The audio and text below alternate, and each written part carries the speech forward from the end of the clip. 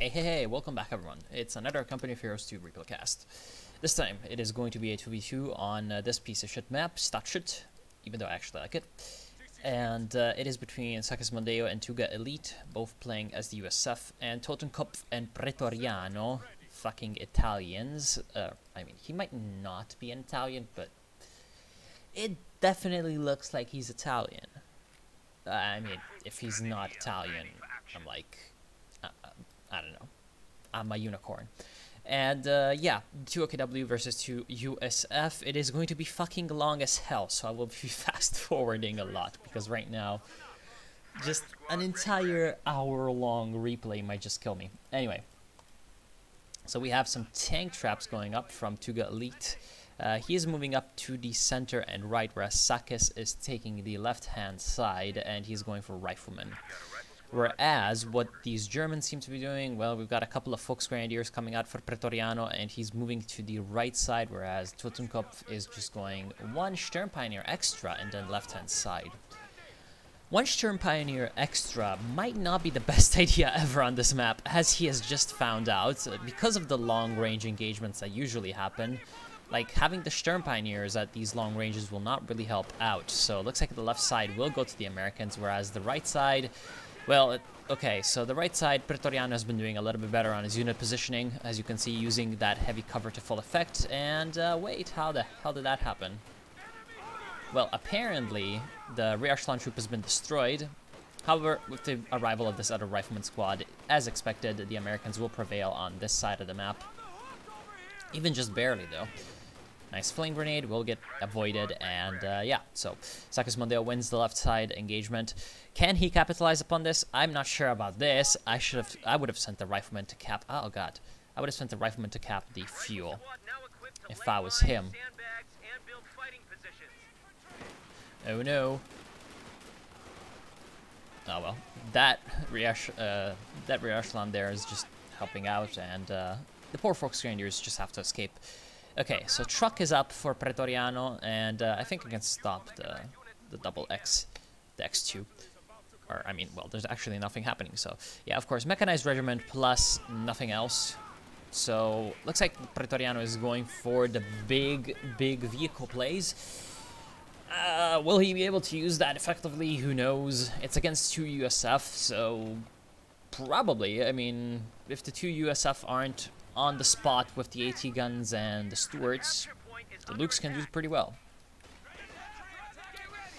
And yeah, so Sakis Mondeo, while he was doing pretty well earlier on, looks like he decided to go for an ambulance very early on, and that investment did not pay off as the ambulance gets caught out by the Sturmpioneers. The Sturmpioneers gangbanging on the riflemen will mean that they can't really reinforce in combat, so the ambulance has to escape. He's going for weapon racks. So he wants to get BARs on his units, and looks like he's going to wait for some Rangers maybe on his manpower. Probably. Doesn't mind getting himself some Rangers. And yeah, on the right side, it seems like the Germans can hold their own quite well, even though they've only got the mechanized and they don't have the battle group for the quick reinforcements on the spot. But soon enough, I mean, 48 fuels, so we'll see some glorious vehicles coming soon for the Nazis. And a double mechanized, that might be the worst idea. Well, maybe not the worst idea that the Germans have had this entire game, but well, one of the worst maybe, because double mechanized, I mean, like, you don't need 2 of them. I guess it's supposed to be like one player goes for Lukes and Puma, and the other player goes for Stukas? I don't know, but why would you want the Stuka on this map against the Americans? At least at the start. At the start, of course, like, you don't know what the Americans are going for. And I mean, we can see that Tuga Elite is going for an M20. Damn, I haven't seen M20s in a while. And, well, I mean, M6 mines, sorry, not M6 mines, what are they called? Oh, no, right, M6 mines. Those are pretty good, and I mean, it's got a 50 caliber that can do some damage to enemy infantry. It's got, of course, the nasty... Wait, what? Does he still have the bazooka on the crew? Because it's not showing. Might be like the interface being that way, and I've just never realized it. Oh well, that's its own thing. So yeah, utility car gets the upgraded armored skirts actually as well, which is gonna allow it to really easily deal with the MG34s. So that's actually not the worst. Not the worst purchase ever, because it can deal with this MG quite well and help out his infantry. And yeah, there goes one of those Sturm Pioneers, so getting a good wipe. Tuga Elite really coming back on the right side.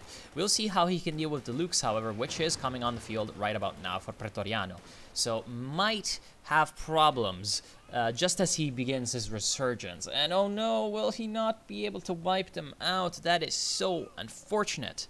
Very, very unfortunate. And why a second supply half-track?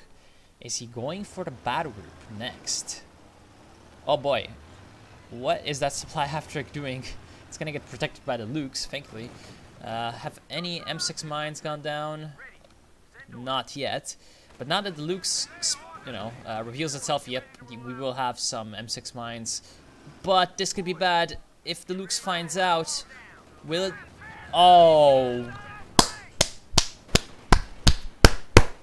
Perfect bait, excellently executed, and I mean, he might lose the M20 to some Volksgrenadiers, but the M20 for the Lukes is an excellent trade anyway. Ah, he's gonna lose the Echelons. That's an okay trade. That's an okay trade. I mean, he could have avoided losing that. And there's also a Lukes on the left, actually. So Totenkopf is going for the Lukes and Puma combination with 3 Sturm Pioneers. Okay, so I see what he's trying to do. Of course, he wants a lot of Sturm Pios because he wants to repair his vehicles. Not sure. Not sure about that. Despite all the problems that have been going on with the Germans, they still hold the most of the map control. They have still managed to get the kind of horn advance. Like, they've got 1 horn on the right side and 1 horn on the left side, and so the center is collapsing on its own because of it. And the Allies haven't been able to really establish themselves anywhere. Kind of a problem there. I mean, Segismundio went for 2 AT guns, which is a good decision. It's going to help him deal with those annoying vehicles. But to be honest, Tuga Elite, despite the fact that he has been having manpower problems, I think he should have gone for an MG, 50 caliber. Oh, will he chase him down and kill him? Yep, he will kill him. I would have liked to see a 50 caliber machine gun out of him to help protect the left side territories that he holds against enemy aggression. Segismundio, in the meantime, has decided to go for his Ranger squad, and he does not have enough munitions for the Thompsons because he's gone for a lot of BARs and a lot of bazookas, it seems, on his riflemen. So that's a bit of a problem for him. There's also a lovely mortar, M21. More half-track, that is, of course, from Infantry Company. So we're going to see Priests out of Tuga Elite and Pershing out of Segismundio. Oh boy, that rifleman is veteran C1. He will manage to get the anti-tank grenade off on the Lukes. This guy does not have any bazookas, though. Does this guy have any bazookas? No. He's trying to get another anti-tank grenade on the enemy. But the only bazooka squad that I can see is the captain, so he's in a little bit of a pickle as he can continuously spam anti-tank grenades on the Lukes, but I don't think he's going to be able to finish him off. Can this rifleman squad get there in time? Yes, because the Lukes decides to stop. It's time to stop, Filthy Frank. What the hell? Why have you stopped, Klaus? Can't you drive any faster? And he is dead. Well done to Segismundio. He has killed the second Lukes. And so right now, it's actually a bad position to be in if you're a Nazi on Stadtschut, or however you want to pronounce this map. Stadtschut. Okay. Or Stadtschut. Right, Stadtschut. Stadtschut. Right. And the Allies are back on the game. I wonder what Tuga Elite will be going next, considering that he spent a lot of fuel on some of these things. He's going for a captain.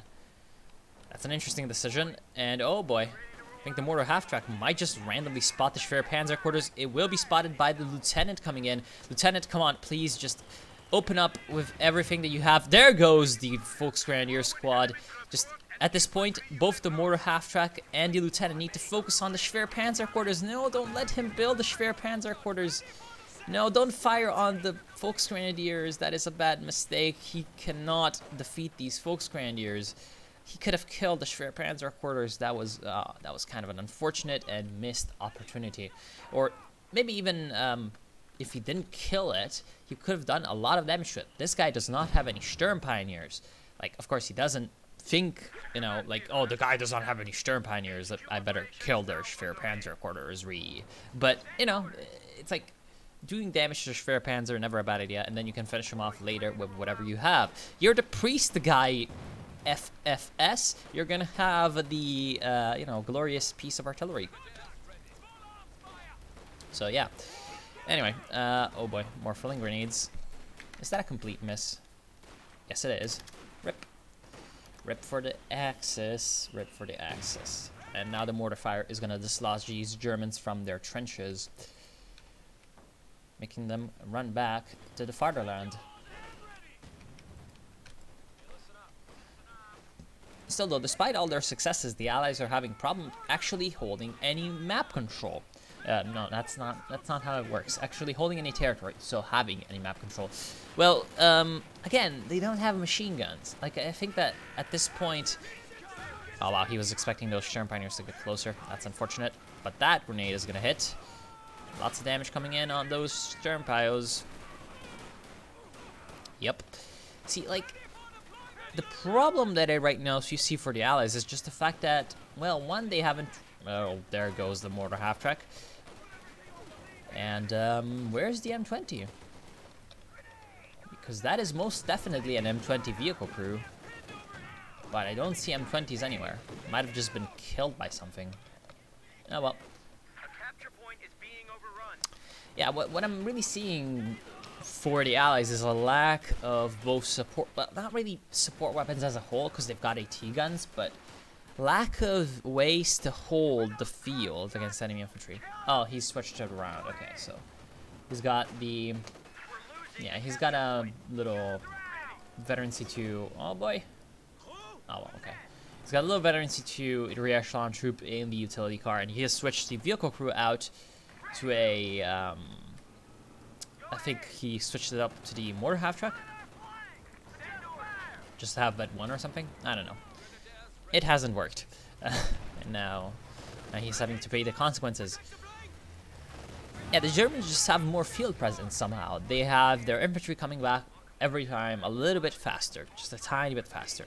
So this has been showing partially in the income department. As you can see, the Germans have more fuel income because they hold both fuel points. Of course, one of them is cut off from supply, but hey, whatever. Well, they've had more opportunities to get VP control. As you can see, the Germans are at 430, whereas the Allies are down to 342. A lot of this has been down to the left-hand side, but also a little bit to the right. So while things could have been going worse for them, they could have not won any engagements, and they could be essentially pressed back to their base. Things could certainly have gone a lot better for the Americans, and they could be establishing a decent map control. A capture point is under attack. Okay, so now Tuga Elite is going for the M1919 machine guns, which is not the best decision ever, but it's not bad. Like, it's gonna allow him to have extra firepower against the enemy infantry. The problem is, it's not like his main problem here is enemy infantry, right? Because it's 3 Volksgrenadiers and 2 machine guns. He needs to find some way also to deal with these spares and you know, just these trucks as a whole. And oh well, that's a good thing. So he's using the white phosphorus to deal with the machine guns. Okay, so allowing him to get some extra map control. He's still got his M20 utility car on the field and well, ready to plant mines.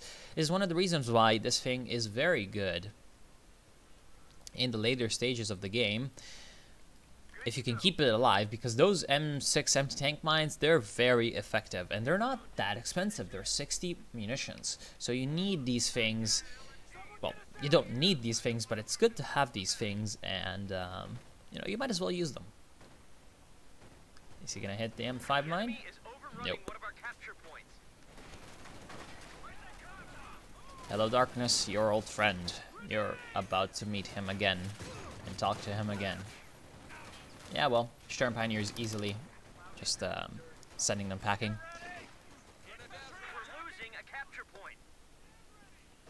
M21 mortar half-track. Yet more of these. Like, there's so many of these being built by Tuga Elite. At some point, you just have to, like, ask yourself, is this worth it? Because this thing is 200 manpower and 30 fuel, which is not anything to be laughed at. Like, 30 fuel means that he has built 3, right? He's called in 3.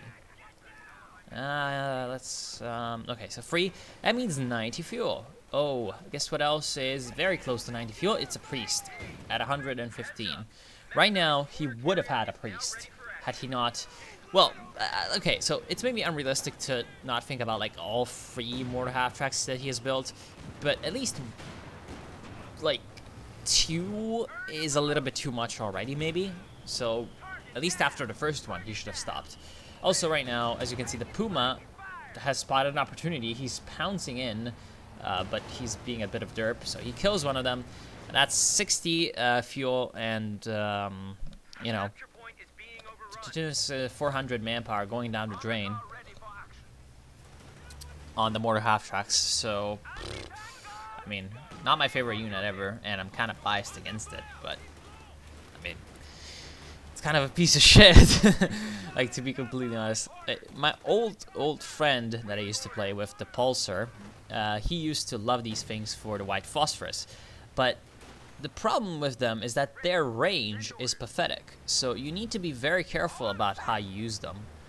Because, again, if you keep them a little bit too close, it's easy for the enemy to just come in with something like this Puma and kill them. And had he not done that, maybe he would be in a position right now to have a priest and maybe something else. That would give him, again, more options to deal with this SimCity that the Germans have going for them. In the meantime, Segismundeo has been slowly but surely building up on the left. He has, as you see, built up his forces. He has captured the VP and is holding it fairly stably. Also kind of holding the field point from time to time. And he's got a Sherman on the field, which means that he has the Major. Sherman is a very, very awesome tool right now for the Allies. He's gonna get kind of countered by the Panzer IV plus Puma combination, but the Sherman, regardless of what the Axis are going for, if you can use it correctly, it is a very good tool nonetheless, because it is just so effective against enemy infantry. So you need to use it well, and here comes the priest. Yep, seems like the priest is he's firing its 105mm. And yeah, this thing is going to put some pretty tremendous pressure upon the Schwer Panzer headquarters, as you can see, doing massive damage every time a shell actually lands, which is not that often, but it is often enough. Panzer IV also on the field for Pretoriano, so both OKW players going for P4s. This, again, both players going for the same thing might be a mistake. Just like earlier on, both players going for the mechanized regiment headquarters did not give them a lot of flexibility in what they were trying to do. Now, both going for P4s might be a mistake. I mean, I can understand Totenkopf going for a P4 because he's gone ahead and selected Luftwaffe ground forces as his doctrine.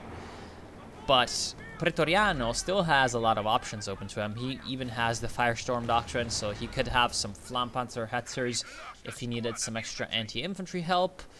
He could go for the Breakthrough doctrine, and I mean, that would also be a good doctrine to go with the Panzer IV. But he's also got the Special Operations, and he's got enough CPs for the Command Panther, so I don't know, I feel like there's a bit of a lack of coordination going on between these two Axis players. They could be remedying that.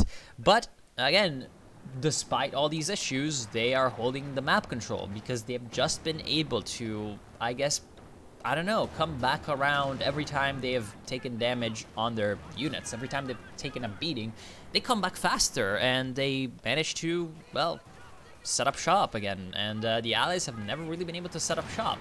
They haven't, again, they haven't gone for any machine guns, which, in my opinion, would be doing wonders for them right about now, because it's really only Volksgrenadiers that is driving them back.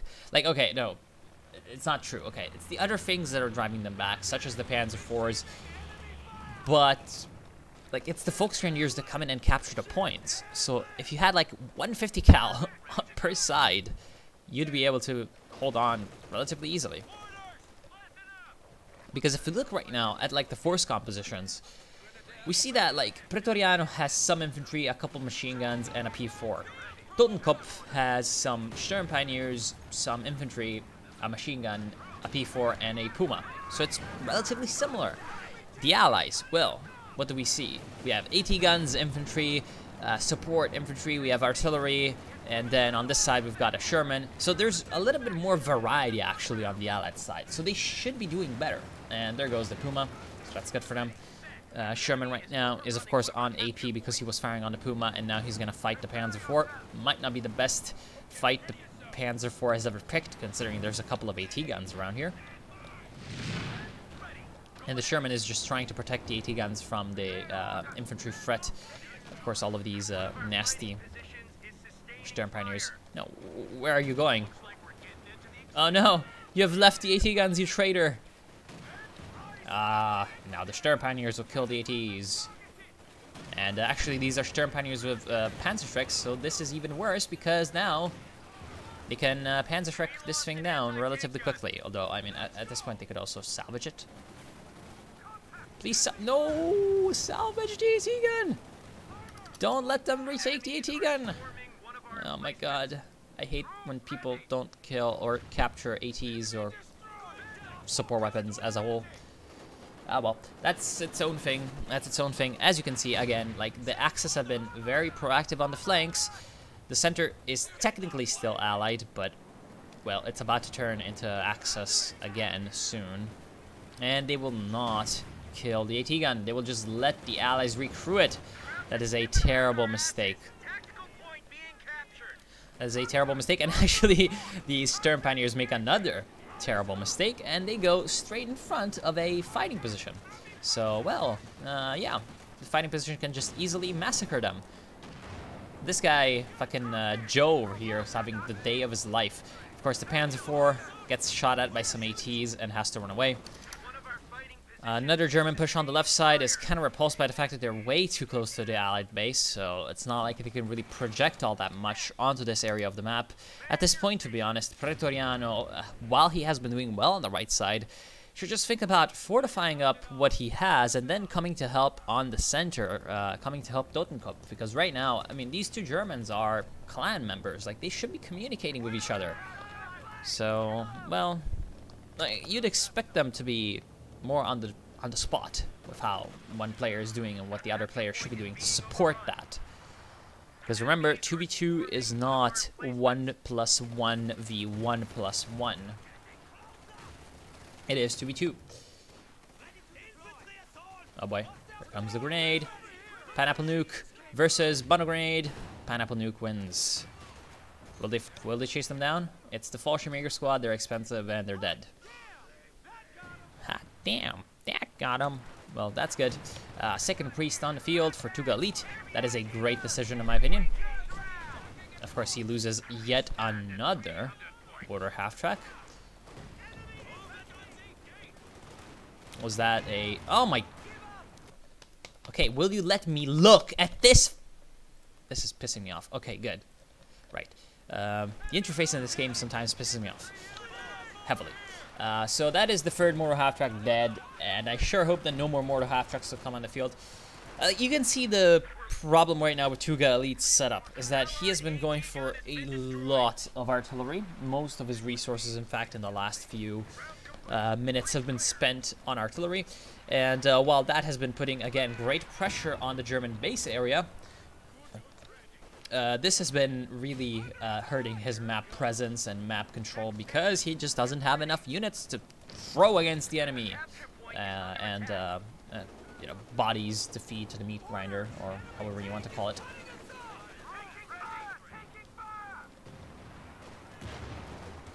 And as you can see, Segismundeo is having to send his Sherman to the right side to help him out. And right now, it seems to be having some micro problems because those riflemen have to escape out of there.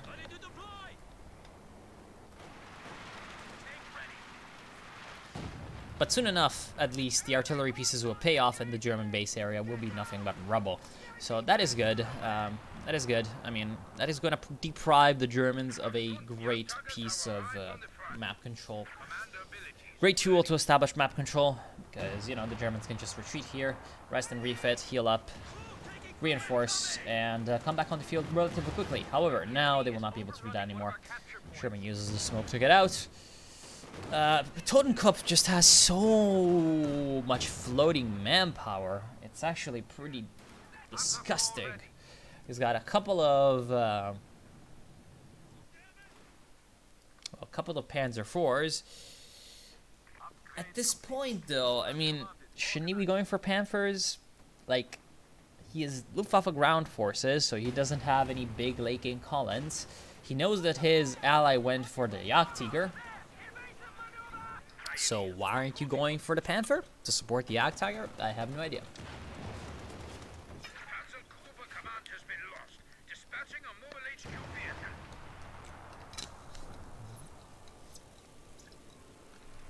Who could have predicted that this was going to happen? Who could have predicted that 2 artillery pieces would have killed your Schwerpanzer quarters? And who could have predicted that sending your Volksgrenadiers to instantly salvage the wreckage was going to get them killed if they're, you know, under artillery barrage? So now things are starting to all of a sudden not look so good for the Nazis. So the artillery, again, like in the long term, if you just let it fire, it's not going to be a good day for you. And now the Germans have a completely empty right side. So this exposes the right side VP. Middle VP is mostly allied, and it has been for most of the game. The left-hand side VP is now going to be a lot more vulnerable to what the Allies want to do on the left side. As you can see already, we have Tuga Elite moving one of his priest guns to the left-hand side to start to kill the Schwerpanzer Quarter and Mechanized Regiment combo that they have on the left. Why the fuck did he build a Lukes at 30 minutes? I will... Why? What the fuck?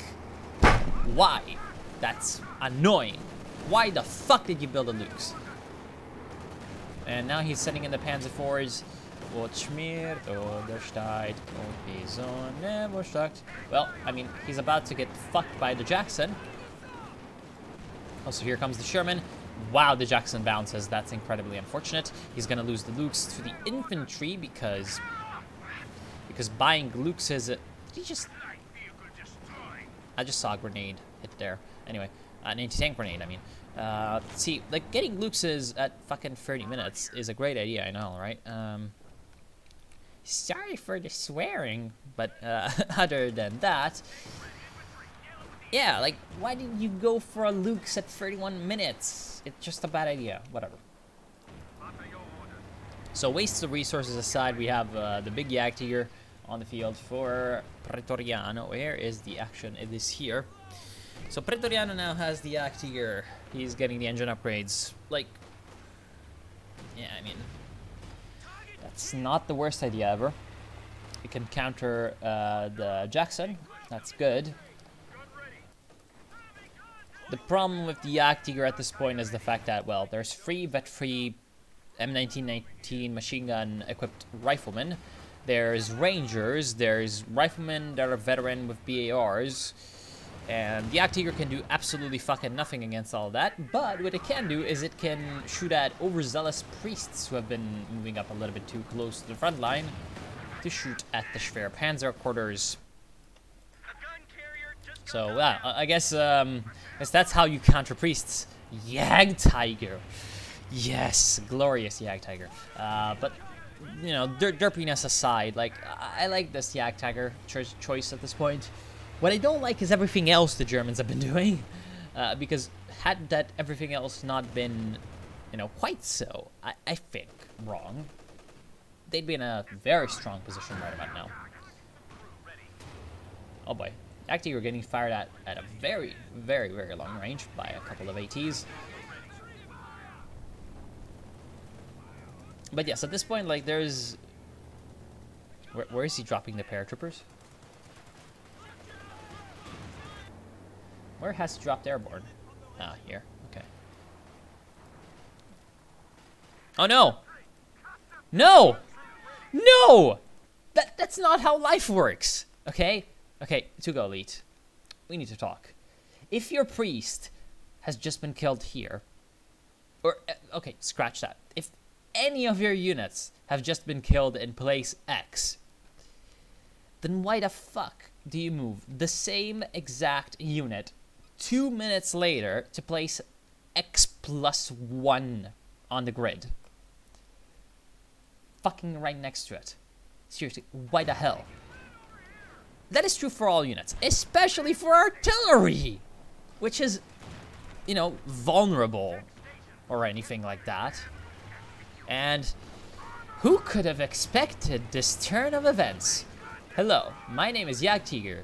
I am gonna kill the priest, but I'm ignoring the... There's 2 Panzer IVs! Okay, so the Panzer IVs are coming. Is it too late? Maybe. Oh, that's good. That's good that the Reckenwerfer is here. Come on. And yeah, they're gonna kill the Jackson, I hope. Come on, Panzer IVs. Oh, that was a great play from the utility car. Fucking beautiful. He's lost the utility car, doesn't fucking matter. That was beautiful as hell. So what the utility car just did there is that it came in, it blocked the Panzer IVs and deployed smoke, because there, of course, was the Sherman. And the Sherman takes forever to deploy the smoke from its smoke launchers, whereas the smoke from the M20 is instant. So he came in there, got himself between, you know, the vulnerable vehicles, the president, I guess you could say. He was the Secret Service guy that jumps in the way of the bullet or whatever. And, yeah, like, he just deployed that smoke, covering the escape of those 2 things, and then he also got in there and blocked the path of the Panzer IVs, who could have tried to just soldier through the smoke and finish them off. But yeah, in the end, thanks to the self-sacrifice and bravery of the M20 crew, it wasn't that bad of an engagement for the Allies. And thanks to the fact that those Panzer IVs reacted semi-quickly, and the fact that there was a Reckenwerfer over here, it wasn't as bad as it could have been for the Germans either. See, the thing is, that Jagdtiger moved up. It was great, a great play for Segismundeo, because he went in with those vehicles using the priest as kind of a bait. What he did not expect was the positioning of this Reckenwerfer, but that's okay. Now he has a Pershing. The Pershing is vulnerable, as you can see, to the Jagdtiger, very vulnerable, but it is very, very strong against enemy infantry. So that is kind of the thing about the Pershing. It does not need to be able to kill the Jagdtiger. It can kill all the infantry around it, and it can let the other stuff kill the Jagdtiger, or at least force it back. At this point, however, it seems like the other stuff is getting killed by the Jagdtiger. So there goes the Panzer, not the Panzer, sorry, the Sherman. There goes the Sherman, and right now the Jackson is in trouble as well. The Panzer IVs are charging in at the Jackson and at the very heavily damaged Pershing heavy tank. In the meantime, the AT gun is trying to suppress the Panzer IVs that are moving in, but it itself gets killed by the Fallschirmjäger. And right now, yeah, the Pershing for some reason decides to come back in. No, hello, there's the Jagdtiger here. What is this thing doing? That's a bad decision. That is a terrible decision. Get the hell out of there. He's lucky that the Jagdtiger is getting blocked by his own Panzer IV, so it could not switch around the targeting. In the meantime, it seems like we have a Sherman over here trying to kill a MG34. The Allied infantry owns the right side, but it's not coming in to help against the center. The German infantry, well, some of it is non-existent, some of it is back at base. We have a Panzer Fusilier and a Oberstleutnant and a Volksgrenadier and a Sturmpioneer and a machine gun for Pretoriano. And Totenkopf has just popped airborne assault here. That is a pretty bad decision, because I don't think it can actually like do too much here. Like, oh no, it's going to pin my units in the base. Oh no. And since there isn't line of sight, oh, he's firing, so it's giving line of sight. Wow.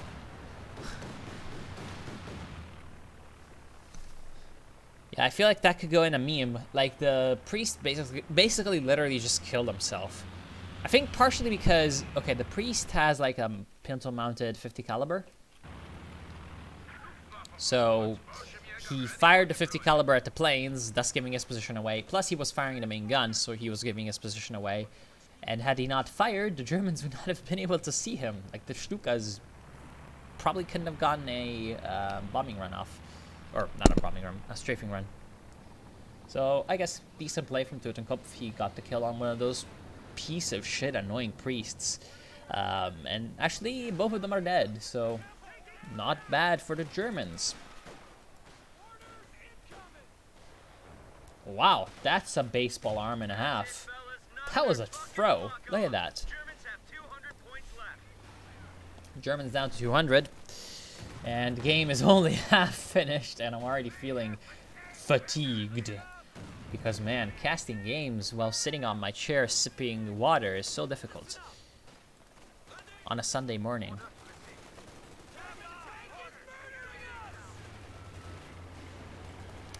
Rip.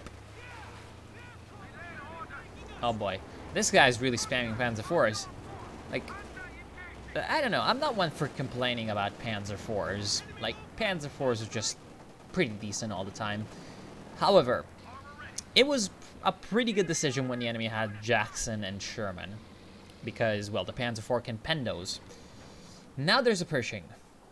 And the Panzer IVs can pen the Pershing. And there's also the Jagdtiger. And, you know, there's a lot of ways to deal with the Pershing. But, as you can see, these can pen the Pershing. But the Pershing as a whole is just going to be a very, very good tool to deal with these Panzer IVs. Especially once it reaches Bed 1, because it can get those HPAP rounds. Actually, no, it's not Bed 1. Oh, nice. Nice, nice, nice, nice. So, right now, anti-tank guns. So the Pershing has managed to draw these things into a trap. Oh boy. You have just activated my trap card. Is it the Jagdtiger? No, the Jagdtiger is derping around. And, well, press F for the Mechanized Regiment Headquarters. Because right now it's about to die to a random Sherman. Rip. And he's actually even firing HE. Is that even doing damage? Okay, it is doing damage. Actually, a lot. Wow, the HE does more damage than... Nah, it does the same. It does the same. It's fine. Oh, steals the Raketenwerfer and now has M1919s and a Raketenwerfer trained on this building Schwer Panzer quarters. No, that is not good. Right now, also, the Jagdtiger is in a bad position. The Schwer Panzer quarters will go down to these two rifleman squads. Here comes the grenades. What the fuck was that? They just completely got obliterated by the Obersoldaten's bundle grenade. Well done. MG34 that was stolen will probably die to the Obersoldaten. The Jagdtiger is still around. And what did I say about sending the priest where you shouldn't? So the Panzer IV is right now trying to capitalize upon that, but oops, there's a Pershing now. So at least the Pershing can help defend the priest. That's pretty good for it. Oh boy, leaving Obersoldaten in the open against Pershing. I feel like that could be a cinema sin if Company of Heroes had like a sin counter or whatever. Leaving elite infantry in front of big heavy tank. +1. What is this Sherman doing? Is it not afraid that there could be like something like... This thing does not see what is around here at all. Is he not afraid? This Sherman doesn't give a fuck. And now he's gonna escape because of his smoke. Will the Jagdtiger be able to take a shot? Yes, thanks to the... No, he decides to go back. The Panzer IV still chases him down, but can't find him. In the meantime, by the way, check out how the Allies have more fuel income than the Germans. So they've had actually a couple of fuel caches up by Tuga Elite for a long, long while. And that's been helping them out pretty greatly because they get 10 more fuel a minute than their Axis counterparts, whereas the points is basically the same. Like, they have mostly the same points under their control. Here comes the big push. Is the Jagdtiger going to perish a, well, very sexually, I guess, inappropriate death? I mean, he's lucky that he just phased through that Pershing, because had that thing not happened, the Jagdtiger would have been in a bad, bad way. Right now, the Pershing is in a bad, bad way because of that, but the Panzer IVs are deciding to chase after the Pershing in a bad neighborhood. Lots and lots of 57mm AT guns. And actually, the smoke screen from the Germans is going to save the Pershing from a last shot of revenge from the Panzer IV J. It's also going to save the Panzer IV Ausf from the retaliation of these anti-tank guns. In the meantime, the Jackson is in big trouble because the Jagdtiger has its gun trained on it. It's also going to chase down the last remaining Panzer IV. I feel like this is like the mouse trying to chase the cat, though, because these things are half HP, whereas the Jackson is in a very bad way. Is it gonna kill the supply half-track? Yes. Why would you want to do that? I'm not sure. Wait. Right, that was the supply half-track. And it's also able to escape the, clutches of the Jagdtiger. The Germans are down to 124 VPs. If the Allies can keep this... Oh, look! They have an MG. If they can keep this MG34 heavy machine gun in the center, which they can't because of this nice flank from the Obersoldaten. But if they could keep this here and defend the center, they'd be in a great position because, well, doesn't matter if you've only got 2-to-1 capping. That's still 1 VP every 3 seconds, which means that if the enemy has 10 things, that's 11 minutes. No, sorry, that's 5 minutes and a half. Sorry, am I retarded? Yes, that's 5 minutes and a half of clock time before they have to lose. And yeah, once again, don't put priests in front of a Jagdtiger. That might not be the best idea ever. Tank support is here. Sherman Damn. ready. Fucking Steve McGall here, doing very well. Gonna get a Medal of Honor for that. Oh, he's even using the explosive Jagdtiger barrage. 128mm supporting fire. Not a bad unit. Ability. Makes the Jagdtiger not a bad unit. Because it can actually do something to entrenched infantry. I mean, this thing is relatively inaccurate. But it mostly just fires where you tell it to, and it doesn't have a big area, so it's only useful against enemy units that are kind of standing still. Oh boy, what are these P4s doing? Why are they receiving reinforcements from the sky? I wonder, in this, like, sheltered by trees position, is it a sneaky move? Probably. So what could the Germans do from there? I wish I had, like, a draw tool where I could draw arrows and circle tools. Company of Heroes 2 Relic. Please put this into the replay system, even though, you haven't changed the replay system in forever. But that's its own thing. Re-echelon troops killing Fallschirmjägers is always an interesting thing. So now that the coast is clear of enemy infantry, or, well, of the AT gun mostly, the Panzer IVs are coming in.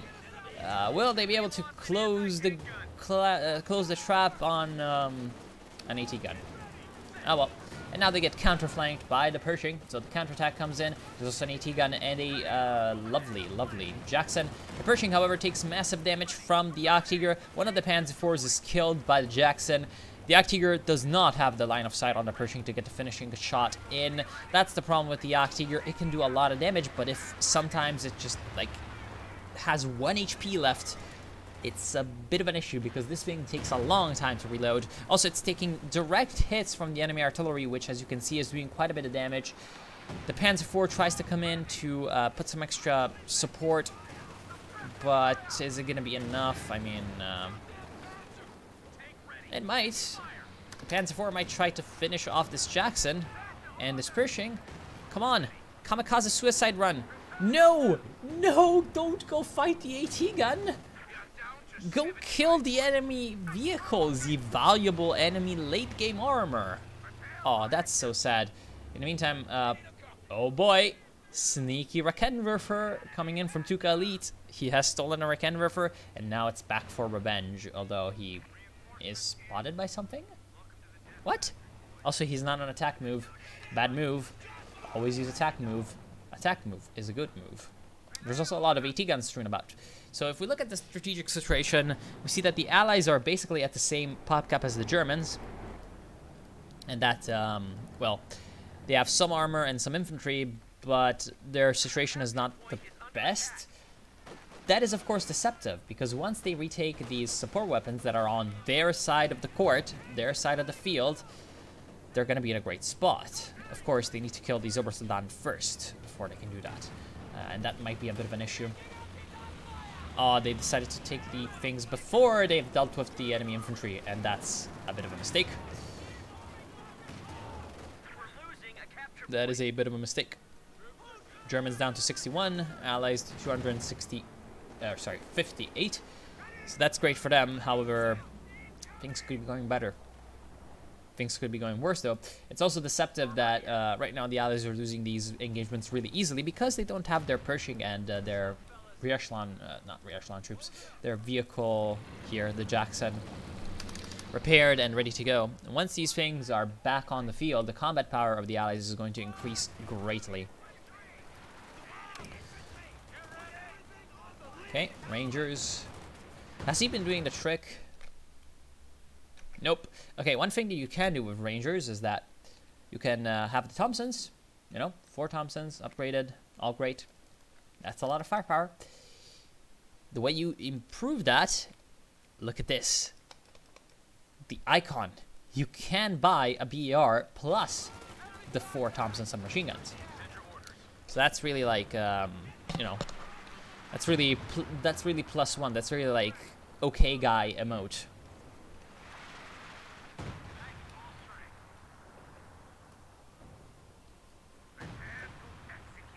And triple cap.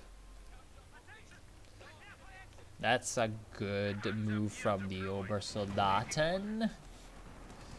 He has built a P4. Not sure why he's built a P4. Like, yeah, sure, I guess he's supporting Jagdtiger. But I think that the Jagdtiger right now needs support against the Pershing and the Jacksons. And the best way to do that would be a Panther. And right now, yeah, it's dead. Oh, well. That's a lot of AT. Free 90mm. Free 90mm guns. And the Pershing, as you can see, is acting as a meat shield, taking the fire. And, well. Oh, is that a flank? It is a flank, but, oh, wow. I mean, these things are missing and bouncing all day. Wow, that's a problem. Okay, so, wow, another bounce. Use the HVAP. Use the HVAP. Use the HVAP. Another bounce. Use the HVAP. No. He's going to lose one of the Jacksons to the flanking P4. I mean, now he's going to turn around and kill the 2 P4s, but he's actually losing the Pershing. No. It bounces a rear shot. It does not bounce a frontal shot, and it goes down to the nice fire of that Panzerfaust J. And there goes the other Jackson. So Sigismund has just lost his entire elite armored force. That is not good. So honestly, he should have used the HVAP ammunition on the Pershing. If he had used the special shot, he would have definitely penned that Jagdtiger. At the end, like, you're basically just almost, almost killed the Jagdtiger. You can use the HVAP ammunition and you're relatively safe that that's going to kill the Jagdtiger. That was a lot of very, very unlucky bounces to the front because he was also using HVAP on the veteran Jackson that he had. But he could have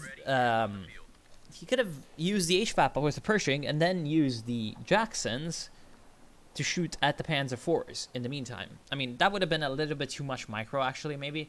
But still, like, he could have killed that Jagdtiger so much sooner. Now he has another Pershing. He could have replenished those. But he has lost the veteran C3 on the Pershing. He's also lost the veteran Jackson. He's also lost the other Jackson. He can't replace any of the Jacksons. What the Allies have going for them is that they still have a strong infantry component in Tuga Elite's riflemen. He's got 3 riflemen with the M1919s, and there's still 1 Ranger squad for Sigismund. And again, there's also still this Pershing. Oh no, he's gonna lose the elite. Oh my god. So Totenkopf, for some reason, is losing his elite infantry. And that's not the best thing ever when you're at 54 VPs and you need your elite infantry as capping. Oh well, he's gonna lose his elite units. That's okay for you, I guess. Will the priest wipe him out? Nope.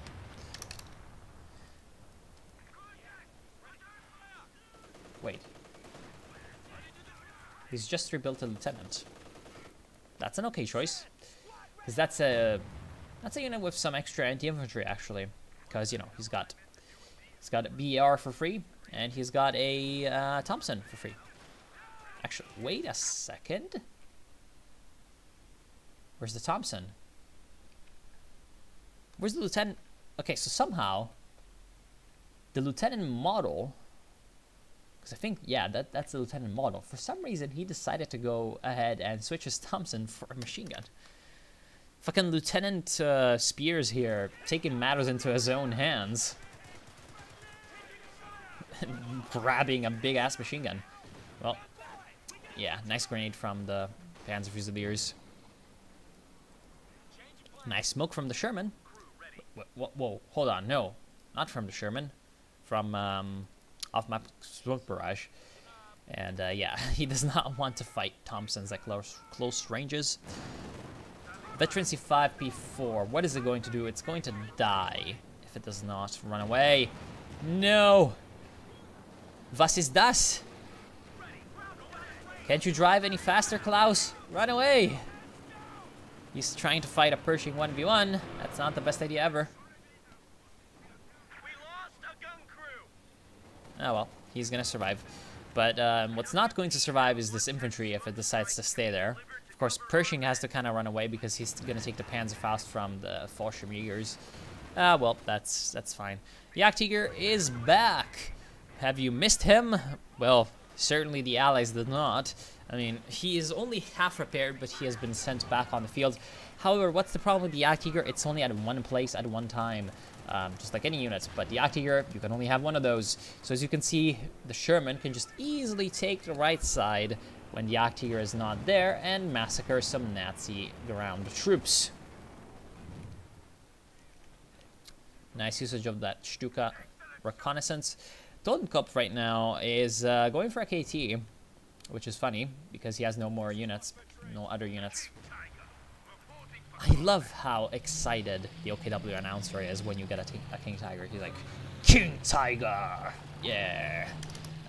See, I don't think that this is the best idea ever, because like the King Tiger is good when you have a few units and you want to like have something that's just gonna kill a lot of things and gonna take a lot of damage. But when you have 2 units on the field, I'm not sure, because this thing is vulnerable to getting swarmed. And just like the Jagdtiger only being 1 unit, the KT is only 1 unit. So I would say that right now, considering especially the predicament in which Totenkopf is finding himself in, he's against a Pershing. He's against a decent infantry force. Like, getting the KT might not be the best idea. Because, yes, the KT is going to be great. It's going to beat the Pershing in a head-on-head fight. It's going to beat the infantry. It's going to do a lot of damage. It's going to kill a lot of them. But what if that happens? Wait. Okay, so the Pershing wasn't as aggressive as it could have been. But what I'm most afraid of is once there's Jackson's backup for Segismundeo, once there's more support from his ally Tuga Elite with his Shermans, if that happens, you know, some smoke is deployed in front of the KT, some AT grenades are used from the riflemen, maybe it runs into an AT gun, then this thing is going to be easy to flank, and, well, its big gun is going to count for nothing. But that's just my instinct. We're going to see what happens. Right now, we have a big German push on both the left and the center. What's kind of the problem is that there is a nice flanking force of 2 Shermans on the right side for the Allies. There's also a flank defense army over here and a VP defense army over here from the other OKW player, of whose name I just forgot completely. It is, of course, Pretoriano. And yeah, the push is going very well for the Germans, actually. They're kind of steamrolling over all of what the Allies have in the front lines. But the problem is, as you can see, when they try to cap the points, they're going to eat artillery fire. Also, Segismundeo is deceptively weak right about now because he's still building his new Jackson. The Vet 5P4 decides to fight the Pershing 1v1. That is not a good idea. It does not matter how much of an elite Panzer crew you are. If you're fighting a Pershing, you're gonna get fucked. At least from the front. Ah, well.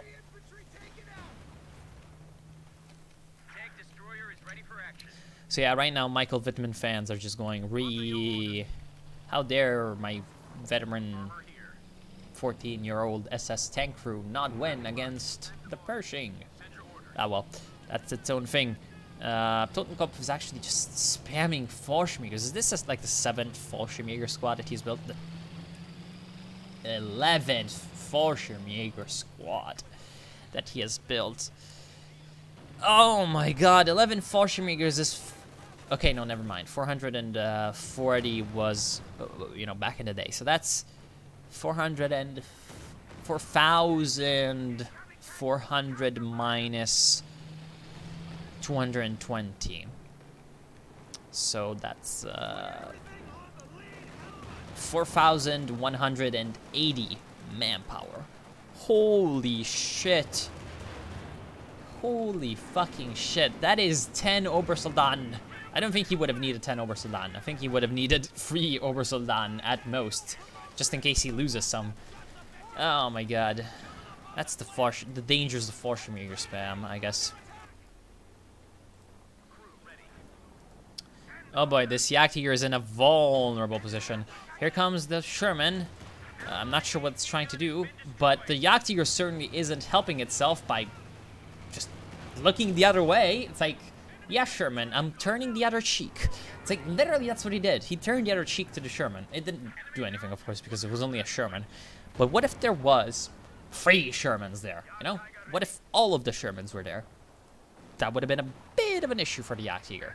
Also, the flank guard army seems to have gone to the center, which is a bit of a problem. The Allies are, well, a bit of a problem for them. Now down to 93 VPs. Oh boy, is this the bait? It is the bait. Baiting and outsmarting the Jagdjäger might be what the Allies are trying to do here. Okay, so here comes the Shermans. They don't have enough munitions to drop smoke in on among the German tanks, but they do manage to get the Jagdjäger to turn. And now, oops. My name is Pershing, I'm gonna come to your rear, and fuck you. Also, the Panzer IV is dead. Also, the Jagdjäger is surrounded and is getting gang raped by the, you know, the Sherman army plus the Pershing. The Pershing now can turn around and deal with the KT because, oh, look, I am a KT. I am alone. What am I gonna do? Where was the KT during that fight? He was getting repaired, and the Panzer IV also is not getting repaired.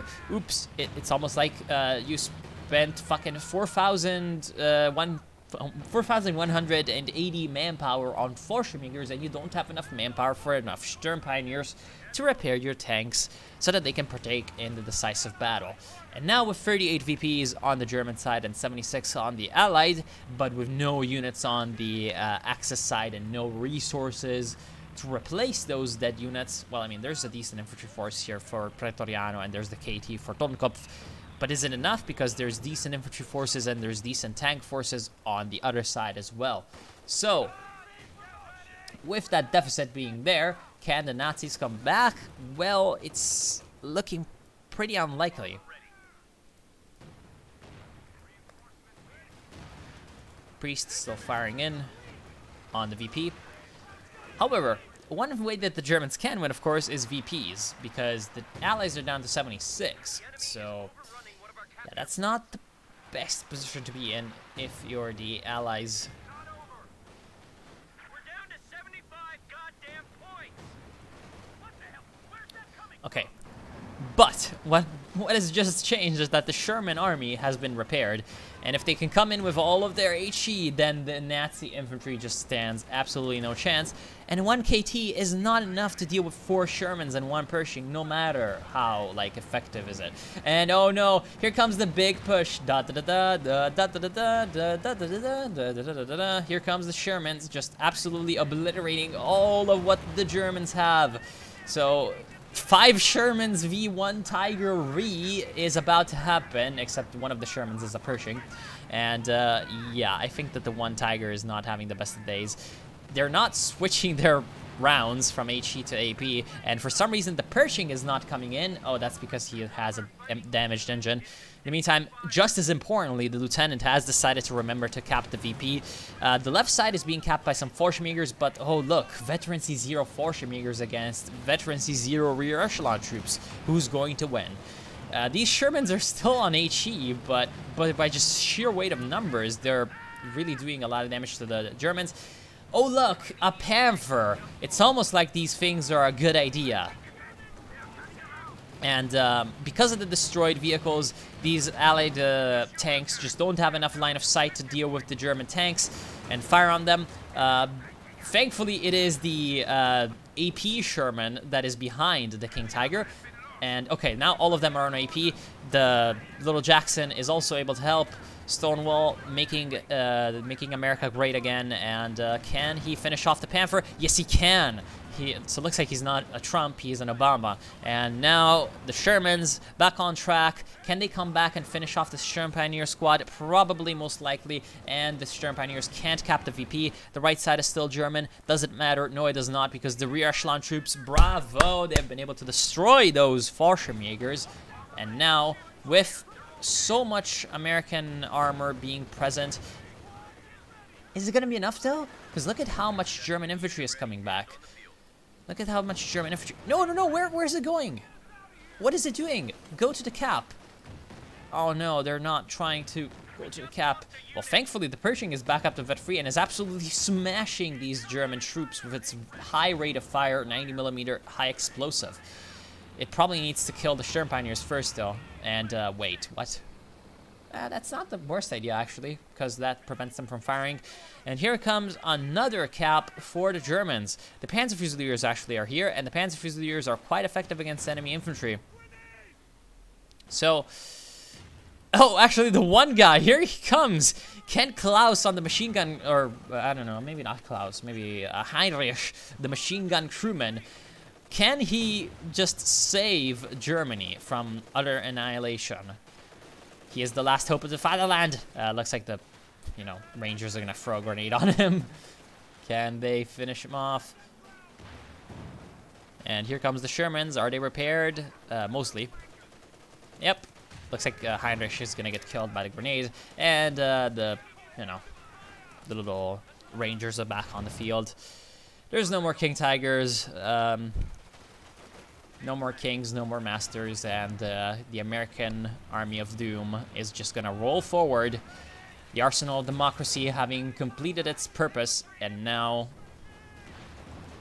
it seems like the Germans just can't deal with it anymore. Yet another attempt on the left side, but an attempt was made on the right side, which has taken the Germans down to 25 points. And the attempt on the left side has the slight issue that they're facing a vet-free Pershing. So... oh, well. Man, I wish I was able to capture that, like, big Sherman push of a lifetime. Like, I did capture it, of course, on video. I just did not do it. Okay, right, because I need a thumbnail, of course. So, taskbar. Gonna wait until they bunch up a little bit. Okay, that's good. So, it's time to do the shot.